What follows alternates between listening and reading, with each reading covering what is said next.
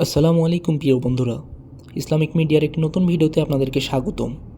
যদি ভিডিওটি ভালো লাগে তাহলে একটি লাইক করবেন এবং এরকম নতুন ভিডিও পেতে অবশ্যই আমাদের চ্যানেলটি সাবস্ক্রাইব করে পাশে থাকবেন। ধন্যবাদ। মদিনার আকাশ সেদিন খুবই সুন্দর শান্ত ছিল, কিন্তু হজরত ফাতেমা রাদিয়াল্লাহু তাআলা আনহার হৃদয় ছিল অশান্ত। চারিদিকে শুধু ঈদের আনন্দ, কিন্তু তাদের ঘরে ছিল দুঃখ। ঘরের বাইরে হজরত ইমাম হাসান ও হোসাইন রাদিয়াল্লাহু তাআলা আনহু দেখলেন তার মতো ছোট ছোট বাচ্চারা নতুন জামা পরে ঈদের ময়দানে যাচ্ছে। এটা দেখে হজরত হাসান রাদিয়াল্লাহু তাআলা আনহু তাদের বাড়ির দিকে আসতে লাগলেন। এদিকে হজরত ফাতেমা রাদিয়াল্লাহু তাআলা আনহা তার নিজ কক্ষে বসেছিলেন। মনে মনে ভাবতে লাগলেন, আজ তো ঈদের দিন, ইমাম হাসান হোসাইনের নতুন জামা নেই, তাদের কি জবাব দেব? এই চিন্তা করে মা ফাতেমার হৃদয় যেন কেঁদে উঠল। ঠিক এমন সময় হজরত হাসান রাদিয়াল্লাহু তাআলা আনহু ঘরের মধ্যে প্রবেশ করলেন এবং বললেন, আম্মাজান, সবাই নতুন জামা পরে ঈদের ময়দানে যাচ্ছে, আমাদের নতুন জামা কোথায়? তখন হজরত ফাতেমা রাদিয়াল্লাহু তাআলা আনহা বললেন, তোমরা গোসল করে এসো, তারপরে নতুন জামা পরে ঈদের ময়দানে যাবে। হজরত হাসান ও হুসাইন রাদিয়াল্লাহু তাআলা আনহু যখন গোসল করার জন্য চলে গেলেন, ওই সময় হজরত ফাতেমা রাদিয়াল্লাহু তাআলা আনহা 2 রাকাত সালাত আদায় করলেন এবং আল্লাহর কাছে দোয়া করে বললেন, ওগো আল্লাহ, তুমি গফুরুর রহিম, রহমান রহিম, আমার কলিজার টুকরা 2 সন্তানের দুঃখ আমি সইতে পারি না। আমি যদি আজ তাদের নতুন জামা দিতে না পারি, তাহলে তারা বলবে রাসূলের মেয়ে হয়ে মিথ্যা বলছে। দয়া করে মেহেরবানি করে আমার সম্মান রক্ষা করো। হে আল্লাহ, তাদের 2টো জামার ব্যবস্থা করে দিন। এই দোয়া করার সাথে সাথেই হজরত জিবরাইল আলাইহিস সালাম দর্জি সে 2টি জামা নিয়ে হজরত হাসান হোসাইনের কাছে হাজির হলেন এবং বললেন, এই নাও তোমাদের ঈদের নতুন জামা, তোমার মা তোমাদের জন্য জামা নিয়ে আসতে বলেছে। এই কথা শুনে ইমাম হাসান ও হোসাইন রাদিয়াল্লাহু তাআলা আনহু জামা নিয়ে খুব খুশি হয়ে বাড়ির দিকে যাচ্ছিলেন। কিতাবে এসেছে, এই জামার একটি রং লাল, আরেকটি রং সবুজ। এদিকে হজরত ফাতেমা রাদিয়াল্লাহু তাআলা আনহার হৃদয় যেন কিসের কষ্ট হচ্ছিল কিছুই বুঝতে পারছিল না। ঠিক ওই সময় হজরত ইমাম হাসান ও হোসাইন রাদিয়াল্লাহু তাআলা আনহু ঘরের মধ্যে প্রবেশ করলেন। হজরত ফাতেমা রাদিয়াল্লাহু তাআলা আনহা তাদের হাতে এই পোশাক দুটি দেখে অবাক হলেন এবং তার হৃদয়ে যেন কষ্টের মেঘ ঘনিয়ে এলো। ফাতেমা রাদিয়াল্লাহু তাআলার মনে এক অদ্ভুত কষ্টের অনুভূতি ঘনিয়ে আসলো। এই জামার রহস্য আর হাকিকাত জানার জন্য তিনি আর দেরি না করে হজরত মুহাম্মদ সাল্লাল্লাহু আলাইহি ওয়াসাল্লামের কাছে যাওয়ার সিদ্ধান্ত নিলেন। অন্যদিকে হজরত জিবরাইল আলাইহিস সালাম হজরত মুহাম্মদ সাল্লাল্লাহু আলাইহি ওয়াসাল্লামের কাছে হাজির হয়ে বললেন, হে আল্লাহর রাসূল, তোমার নয়নের মণি মা ফাতেমা 2টি জামার হকিকত জানার জন্য তোমার এখানে আসছে। তুমি তাকে বলে দিও, এই 2টি জামা জান্নাত থেকে পাঠানো হয়েছে। এই জামা শুধু পোশাক নয়, বরং এটি তাদের ভবিষ্যতের প্রতীক। লাল রং তাদের রক্তের প্রতীক, আর সবুজ রং জান্নাতের প্রতীক। হাসান ও হোসাইনের জন্য যে ফজিলত আল্লাহ নির্ধারণ করেছেন, তারই ইঙ্গিত এই জামা। এই কথা বলার পর হজরত জিবরাইল আলাইহিস সালাম সেখান থেকে বিদায় নিলেন। ঠিক ওই সময় হজরত ফাতেমা রাদিয়াল্লাহু তাআলা আনহা ঘরের মধ্যে প্রবেশ করলেন। তখন রাসূল সাল্লাল্লাহু আলাইহি ওয়াসাল্লামের চোখে পানি এসে গেল। তিনি বললেন, হে ফাতেমা, আমার এই 2টি কলিজার টুকরো যে কত বড় মর্তবা লাভ করবে, তার এক ঝলক আল্লাহ রাব্বুল আলামিন আজ আমাকে দেখিয়েছেন। ফাতেমা, তোমার সন্তানদের জন্য এই জীবন যেমন পরীক্ষার, তেমনই ফজিলতের। তারপর মুহাম্মদ সাল্লাল্লাহু আলাইহি ওয়াসাল্লাম আল্লাহর কাছে দোয়া করে বললেন, হে আল্লাহ, এর পরিবর্তে তুমি আমার উম্মতকে নাজাত দিও। এই কথা শুনে ফাতেমা রাদিয়াল্লাহু তাআলা আনহা চোখের পানি ধরে রাখতে পারলেন না এবং ভবিষ্যতের চিন্তায় ভারাক্রান্ত হয়ে উঠল। এইভাবে বছরের পর বছর অতিক্রম হতে লাগল। ইমাম হাসান ও হোসাইন রাদিয়াল্লাহু তাআলা আনহু বড় হতে লাগলেন। একে একে হজরত মুহাম্মদ সাল্লাল্লাহু আলাইহি ওয়াসাল্লাম হজরত ফাতেমা রাদিয়াল্লাহু তাআলা আনহার সহ 4 খলিফা পৃথিবী থেকে বিদায় নিলেন। এভাবেই বহু বছর অতিক্রম হয়ে গেল। রাষ্ট্রের প্রধান ছিলেন আমিরে মাবিয়া, তার পুত্র ছিল এজিদ। মাবিয়া যখন বার্ধক্য বয়সে উপনীত হল, তখন এজিদ ষড়যন্ত্র করতে লাগল কিভাবে রাষ্ট্রের প্রধান হওয়া যায়। এদিকে অন্যায়ভাবে এজিদকে রাষ্ট্রশাসক পদে উপনীত করলেন। কিন্তু রাসূলের প্রতি ভালোবাসা, রসূলের আদর্শ না থাকার কারণে তাকে কেউ মনে প্রাণে ভালোবাসত না এবং শাসক হিসেবে মানতে পারল না। সবাই বলতে লাগলো, আমরা ইজিদকে মানি না, হোসাইন আমাদের আশার আলো, আমরা হোসাইনের পক্ষে থাকতে চাই। এজিদ অন্যায়ভাবে সাধারণ মানুষকে অত্যাচার করে মানুষকে হত্যার ভয় দেখিয়ে নিজেই রাষ্ট্রের শাসক হলেন। একদিন এজিদ মনে মনে ভাবতে লাগলো, এইভাবে চলতে থাকলে কখনোই আমি দেশের রাষ্ট্রপ্রধান হতে পারবো না। যেভাবেই হোক হাসান এবং হোসাইনকে শেষ করতে হবে, এই পথের কাঁটা সরাতেই হবে। আসলে এজিদ ছিল চরিত্রহীন, তার হৃদয়ে কোনো দয়ামায়া ছিল না, রাষ্ট্রের ক্ষমতার লোভে একেবারে অন্ধ হয়ে গিয়েছিল। একদিন এজিদ কুফা নগরীর গভর্নর ইবনে জিয়াদকে ডেকে বললেন, তুমি তো কুফার গভর্নর, হোসাইনকে কুফায় ডেকে আনো, কেননা মদিনাতে হোসাইনকে মারা যাবে না। তুমি যে কোনো কৌশলে কুফায় ডেকে আনো, নয়তো আমরা কিছুই করতে পারবো না। তুমি তার কাছে চিঠি লিখে জানাও এজিদের কাছে তোমাকে বায়াত হতে হবে। অতপর তারা মদিনাতে চিঠি পাঠাতে শুরু করল। এভাবেই যখন 40,000 চিঠি পৌঁছে গেল, তখন মদিনায় বিশিষ্ট জ্ঞানীগুণী ব্যক্তি এবং হোসাইন একটি গুরুত্বপূর্ণ আলোচনা সভার আয়োজন করলেন। হোসাইন রাদিয়াল্লাহু তাআলা আনহু বললেন, আমি কুফা যেতে চাই, সেখানে অনেক মানুষ আমার জন্য অপেক্ষা করছে। তখন সেখানে থাকা বিশিষ্ট ব্যক্তিদের মধ্যে একজন বললেন, হোসাইন, তুমি কুফাতে যেও না, কুফার আবহাওয়া ভালো না, সেখানে ইতিমধ্যেই অনেক সমস্যা সৃষ্টি হয়েছে। এখনও আমরা হাসানের ব্যথা ভুলিতে পারিনি, বরং সেখানে যাওয়ার আগে আমাদের মধ্য হতে একজনকে পাঠানো হোক, তার পক্ষে থেকে ভালো খবর আসলে তবেই তুমি যাবে। তখন হোসেন রাদিয়াল্লাহু তাআলা আনহু বললেন, ঠিক আছে, তাই হবে। তাহলে আপনারা বলুন কে যাবেন সেখানে। সেখানে অনেক লোক উপস্থিত ছিল, কিন্তু কেউ কুফা যাওয়ার জন্য রাজি হলো না। তার মধ্যে থেকে মুসলিম বিন আকিল নামের একজন বললেন, আপনারা নিশ্চিন্তে থাকুন, আমি আগে যাব। অতপর তারা সেদিনের মতো আলোচনা সভা বন্ধ করে একে একে ঘরে ফিরে আসলেন। মুসলিম বিন আকিল যখন কুফা যাওয়ার জন্য প্রস্তুত হচ্ছিলেন, সেই সময় তার দুটি পুত্র এসে বলল, আব্বাজান, আমরা কার কাছে থাকব? আমাদের তো মা নেই, আব্বাজান আপনি আমাদেরকেও সঙ্গে নিয়ে চলুন। অতপর তারা কুফা যাওয়ার জন্য রওনা হলেন। অনেক পথ অতিক্রম করার পর যখন তারা কুফায় এসে পৌঁছালেন, তখন দেখলেন ইতিমধ্যেই সেখানকার অনেক লোক হজরত হোসাইন রাদিয়াল্লাহু তাআলা আনহুর কাছে বায়াত নেওয়ার জন্য প্রস্তুত ছিলেন। তখন তারা বললেন, আমাদের প্রিয় হোসাইন রাদিয়াল্লাহু তাআলা আনহু কোথায়? আমরা তার সাথে থাকব, এই এজিদকে আমরা চাই না। তখন মুসলিম বিন আকিল বললেন, তিনি নিশ্চয়ই আসবেন, তবে আমার চিঠি পাওয়ার পর। সেখানকার মানুষের হোসাইনের প্রতি ভালোবাসা এবং তার প্রতি অটুট বন্ধন দেখে মুসলিম বিন আকিল হোসাইনকে কুফা আসার জন্য বিস্তারিত চিঠি লিখলেন। অতপর একজন মুসলিম বিন আকিলের এই চিঠি হজরত হোসাইন রাদিয়াল্লাহু তাআলা আনহুর কাছে পৌঁছে দিলেন। চিঠি পেয়ে হজরত হোসাইন রাদিয়াল্লাহু তাআলা আনহু আর দেরি করলেন না, ৭২ জন সঙ্গী সাথী সহ কুফা যাওয়ার জন্য রওনা দিলেন। গোপন সূত্রে হজরত হোসাইনের আসার খবর এজিদ পেয়ে যায়। তখন এজিদ গোপনে হজরত হোসাইন রাদিয়াল্লাহু তাআলা আনহু এবং মুসলিম বিন আকিলকে হত্যা করার জন্য একটি ষড়যন্ত্র করলেন এবং একজন সেনাকে ডেকে বললেন, আপনি যদি মুসলিম বিন আকিলকে হত্যা করতে পারেন তবে আপনাকে অনেক পুরস্কার দেওয়া হবে। আর মনে রেখো, মুসলিম বিন আকিলের ছোট দুটি পুত্রকে রেহাই দেবে না, তাদেরকেও হত্যা করবে, কেননা তারা যদি মদিনায় চলে যায় তাহলে হোসাইনকে আনা যাবে না, আর কারবালায় তাদের আটকে দিতে হবে। তাহলে তুমি গোপনে কাজটি সম্পূর্ণ করো। অতপর ওই সেনাটি মুসলিম বিন আকিলকে হত্যা করার জন্য খুঁজতে লাগলেন। কিছুদিন পর দেখলেন মুসলিম বিন আকিল হোসাইনের পক্ষে অনেক লোককে বায়াত করার পর কুফার একটি মসজিদে বসে আছে। এটা দেখে সে দেরি করলেন না, সাথে সাথে গিয়ে পিছন থেকে অমানবিকভাবে মুসলিম বিন আকিলকে তরবারি দিয়ে হত্যা করে শেষ করে দেয়। কিছুদিন পর মুসলিম বিন আকিলের হত্যার খবর চারিদিকে ছড়িয়ে পড়ে। কুফার মানুষ শোকস্তব্ধ হয়ে যায়, কিন্তু তারা প্রতিবাদ করতে পারত না, কারণ এজিদের সাথে মোকাবেলা করার জন্য তাদের শক্তি ছিল না। তাই সবাই চুপ হয়ে যায়। সেই সাথে সাথে এজিদের পক্ষ থেকে বলা হয়, মুসলিম বিন আকিলের দুই পুত্রকে যে হত্যা করে এজিদের সামনে নিয়ে আসতে পারবে তাকে অনেক বেশি মূল্যবান পুরস্কার দেওয়া হবে। এই খবর পেয়ে পুরস্কারের লোভে কিছু লোক মুসলিম বিন আকিলের দুই পুত্রকে খুঁজতে লাগলেন। এদিকে এদিকে মুসলিম বিন আকিলের নিষ্পাপ দুটি ছোট ছেলে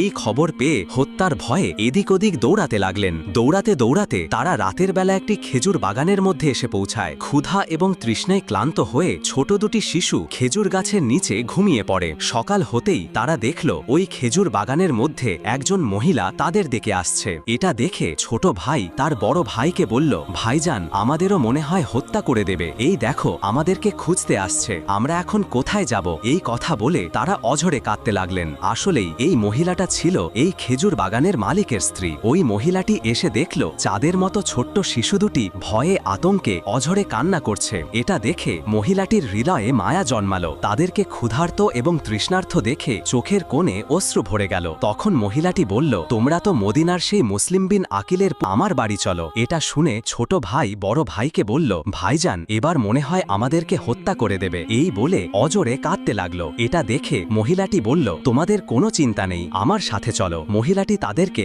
নিজের বাড়িতে আনলেন এবং একটি অন্য ঘরের মধ্যে লুকিয়ে রাখলেন। এদিকে মহিলাটির স্বামী, যার নাম হারেশ, সে পুরস্কারের লোভে এই ছোট্ট দুটি শিশুকে খুঁজতে লাগলেন। যখন তাদেরকে কোথাও পেল না, তখন সে নিজের বাড়িতে ফিরে আসলেন। তার স্ত্রী তাকে দেখে বললেন, কি ব্যাপার, আপনাকে এত উত্তেজিত এবং রাগান্বিত দেখাচ্ছেন কেন? তার স্বামী বলল, তুমি কি শোনোনি, মদিনায় মুসলিম বিন আকিলের দুটি ছোট্ট ছেলেকে হত্যা করে এজিদের কাছে নিয়ে যেতে পারলে মহামূল্যবান পুরস্কার পাওয়া যাবে, সেই জন্য তাদেরকে আমি খুঁজতেছি। এই কথাটি পাশের ঘরে থাকা সেই ছোট্ট ছেলে দুটি শুনতে পেয়ে ভয়ে আতঙ্কে কান্না শুরু করলো। তখন তার স্বামী জিজ্ঞেস করলো, কান্নার আওয়াজ কোথা থেকে আসছে? তার স্ত্রী বলল, এটা তো এই কুফা নগরীর বাচ্চাদের কান্নার আওয়াজ। তার স্বামী বলল, না, এটা তো কুফা নগরীর কোনো বাচ্চার কান্নার আওয়াজ না, মনে হয় আমাদের ঘর থেকে আসে।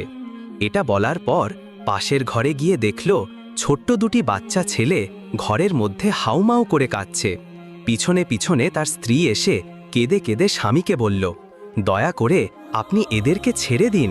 এজিদের পুরস্কারের লোভে এই নিষ্পাপ ছোট্ট দুটি অসহায় বাচ্চাকে হত্যা করবেন না, তার বিনিময়ে আমাকে হত্যা করুন। কিন্তু তার স্বামী কোনো কথাই শুনলেন না। ছোট্ট দুটি ছেলেকে টানতে টানতে ফোরাত নদীর ধারে নিয়ে গেল। তাদেরকে হত্যা করতে যাবে এমন সময় ছোট্ট ভাইটি কেঁদে কেঁদে বলতে লাগল, আমরা কি অপরাধ করেছি? আমাদের ছেড়ে দিন, আমাদের মা নেই, বাবা নেই। সঙ্গে সঙ্গে বড় ভাইটি কাঁদতে কাঁদতে বলতে লাগল, ও কুফানগরীর বাতাসেরা, পাখিরা, তোমরা আমার হোসাইনকে বলে দাও তিনি যেন কুফানগরীতে ও কারবালাতে না আসে।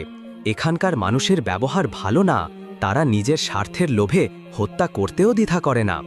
এই কথা বলা শেষ হতে না হতেই হারেশ নামের সেই লোকটি ছোট্ট দুটি ছেলেকে হত্যা করে তাদের মস্তক কেটে এজিদের কাছে যেতে লাগল। এদিকে হজরত হোসেন রাদিয়াল্লাহু তাআলা আনহু এবং তার ৭২ জন সঙ্গী অনেক দিন ধরে পথ চলতে চলতে তারা ক্ষুধার্ত এবং তৃষ্ণার্ত হয়ে পড়েছিল। তাদের একটু বিশ্রামের প্রয়োজন ছিল। তখন সন্ধ্যা হয়ে এসেছিল। তাই হজরত হোসেন রাদিয়াল্লাহু তাআলা আনহু বললেন, আজকে রাতের মতো এখানেই আশ্রয় নিন, কাল সকাল হলেই আমরা আবার রওনা দেব। আপনারা সবাই এখানে তাঁবু খাটানোর ব্যবস্থা করুন। যখন হোসেন রাদিয়াল্লাহু তাআলা আনহু তাঁবু খাটানোর জন্য মাটিতে একবার কোপ দিলেন, দেখলেন সেখান দিয়ে রক্ত বার হচ্ছে। এটা দেখে হজরত হোসেন রাদিয়াল্লাহু তাআলা আনহু অন্যদের জিজ্ঞাসা করলেন, আপনারা বলতে পারবেন এই জায়গার নাম কি? তাদের মধ্য থেকে একজন বললেন, ইয়া হোসাইন, এই জায়গার নাম হলো কারবালা।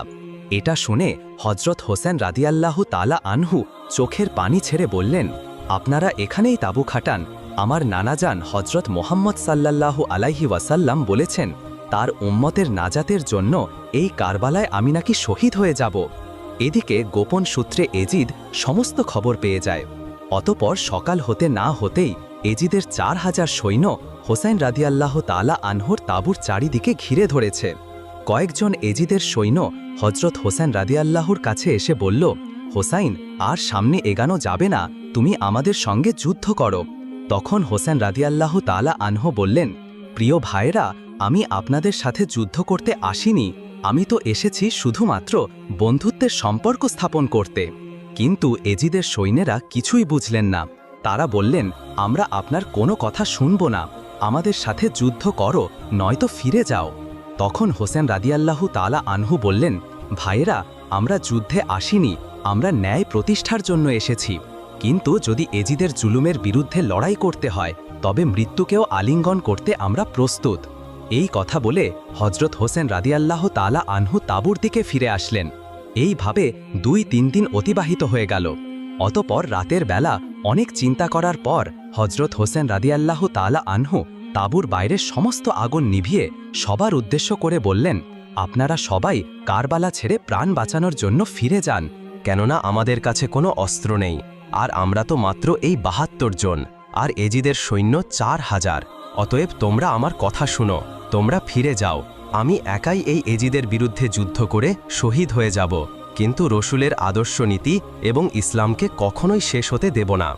এই কথা বলার পর তাঁবুর আগুন জ্বালিয়ে পিছনে চেয়ে দেখল কেউ সেখান থেকে পালায়নি। সবাই হাউমাউ করে কাঁদছে, আর সবাই একসঙ্গে বলছে, ইয়া হোসাইন, আমরা সবাই তোমার সাথে আছি, দরকার হলে এজিদের বিরুদ্ধে যুদ্ধ করে শহীদ হয়ে যাব, তবুও তোমায় ছেড়ে যাব না। পরের দিন সকালবেলা হজরত হোসাইন রাদিয়াল্লাহু তাআলা আনহুর স্ত্রী তার কাছে এসে বলল, প্রাণের স্বামী, এই ছোট্ট 6 মাসের শিশুর গত 3 দিন ধরে খাবার পানি কিছুই খাওয়া হয়নি, খোদায় তৃষ্ণায় কাতর হয়ে পড়েছে, দয়া করে এই শিশুর জন্য একটু পানির ব্যবস্থা করুন। তখন হজরত হোসাইন রাদিয়াল্লাহু তাআলা আনহু 6 মাসের কচি শিশুকে কোলে নিয়ে একটু পানির জন্য সামনে এগোতে লাগলেন। সেখানে গিয়ে দেখলেন এজিদের সৈন্যরা ফুরাত নদীর পানি বন্ধ করে দিয়েছে।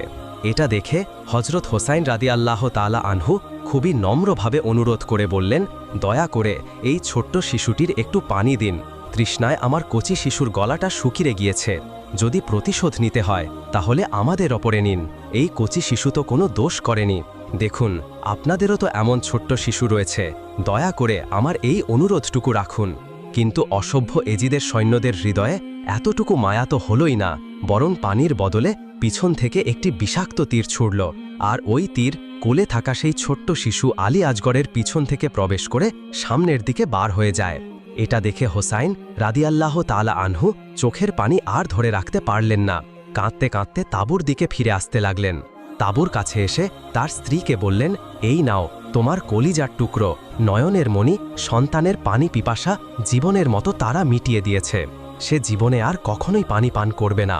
এটা দেখে সেখানে থাকা সমস্ত লোক চোখে পানি ধরে রাখতে পারলেন না, সবাই অঝরে কান্না করতে লাগলেন। তার স্ত্রী কচি শিশুকে কোলে নিয়ে চোখের পানি ছেড়ে দিয়ে চিৎকার করে কাঁদতে কাঁদতে আল্লাহর কাছে দোয়া করে বললেন, ওগো দয়াময় আল্লাহ, এ কেমন বিচার, যে নবীকে সৃষ্টি না করলে কিছুই সৃষ্টি হতো না, সেই নবীর উম্মতেরা পানি পায় না, এই ব্যথা আমি কিভাবে সইব। আল্লাহ। এদিকে তাদের যুবক পুত্র আলী আকবর কান্নার আওয়াজ শুনে দ্রুত তাঁবুর কাছে আসলেন এবং ছোট্ট শিশুর এই অবস্থা দেখে আর সহ্য করতে পারলেন না। রক্ত হাতে নিয়ে শপথ করে বললেন, আমি এই দেশ সৈন্যদের ছাড়ব না। এই কথা বলে যুদ্ধ করতে চলে গেল। শুরু হয়ে গেল তীব্র যুদ্ধ। যুদ্ধ করতে করতে এক পর্যায়ে আলী আকবর তৃষ্ণার্ত হয়ে পড়েছিল, তার আর চলার শক্তি ছিল না। তাই সে একটু পানি পাওয়ার আশায় তাঁবুর কাছে ফিরে আসলেন এবং বললেন, মাগো, আমার 1 গ্লাস পানি দাও, আর আমি চলতে পারছি না, আমার 1 গ্লাস পানি দাও, আমি কথা দিচ্ছি কারবালার এই সমস্ত এজিদের সৈন্যকে আমি শেষ করে দেব। তখন মা চোখের পানি ছেড়ে দিয়ে কান্না করে বলে উঠল, আমার কলিজার টুকরো আলী আকবর, পানি যদি থাকত তাহলে তোমার ভাই আলী আসগার কি তীর খেয়ে মরত? তখন আলী আকবর মায়ের পায়ের সালাম করে বললেন, মাগো, বিদায় দাও, দেখা হবে হাসরের ময়দানে। তখন সেখানে সমস্ত লোক আরও জোরে জোরে কান্না করছে, কেননা তাদের বেশিরভাগই ছিল নারী। একে একে এজিদের সৈন্যদের হাতে সবাই শহীদ হয়ে গেছে, মাত্র আর কয়েকজন। কি করবে এই কথা ভেবে তারা চোখের পানি থামাতে পারলেন না। এক পর্যায়ে নিষ্ঠুর অত্যাচারী এজিদের সৈন্যরা একে একে সবাইকে শহীদ করে দিয়েছে, বাকি শুধু জয়নাল আবেদিন এবং হোসাইন রাদিয়াল্লাহু তাআলা আনহু। অতঃপর ক্ষুধার্ত তৃষ্ণার্ত ক্লান্ত জয়নাল আবেদিন বললেন, হোসাইন, তুমি যেও না, আমি যুদ্ধ করতে যাব। তখন হোসাইন রাদিয়াল্লাহু তাআলা আনহু বললেন, তুমি যদি যুদ্ধে যাও তাহলে রাসূলের বংশের বাতি কে জ্বালাবে?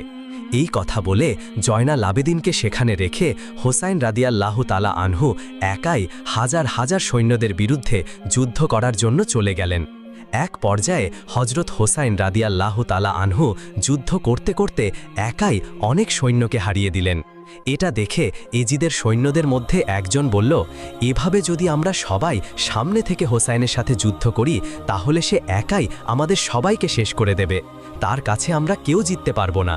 আমাদের কৌশল অবলম্বন করতে হবে, তাকে সামনে থেকে নয় পিছন থেকে মারতে হবে। অতঃপর তারা কৌশল অবলম্বন করল। এদিকে হজরত হোসাইন রাদিয়াল্লাহু তাআলা আনহু যুদ্ধ করতে করতে একেবারে পানির জন্য কাতর হয়ে পড়েছিল, আর শরীরে শক্তি নেই, আর উঠতে পারছে না। তখন একটু পানির জন্য সেই ফোরাত নদী পানির কাছে গেল।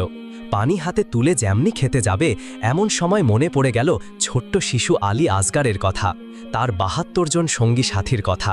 তখনই চোখের পানি ধরে রাখতে পারলেন না, অঝরেই চোখ দিয়ে জল চলে এলো, আর বলতে লাগলো, ওগো আল্লাহ, আমার নানাজান হজরত মোহাম্মদ সাল্লাল্লাহু আলাইহি ওয়াসাল্লামকে সৃষ্টি না করলে এই আসমান জমিন কিছুই সৃষ্টি হতো না, আর সেই নবীর উম্মতেরা আজ পানি পায় না।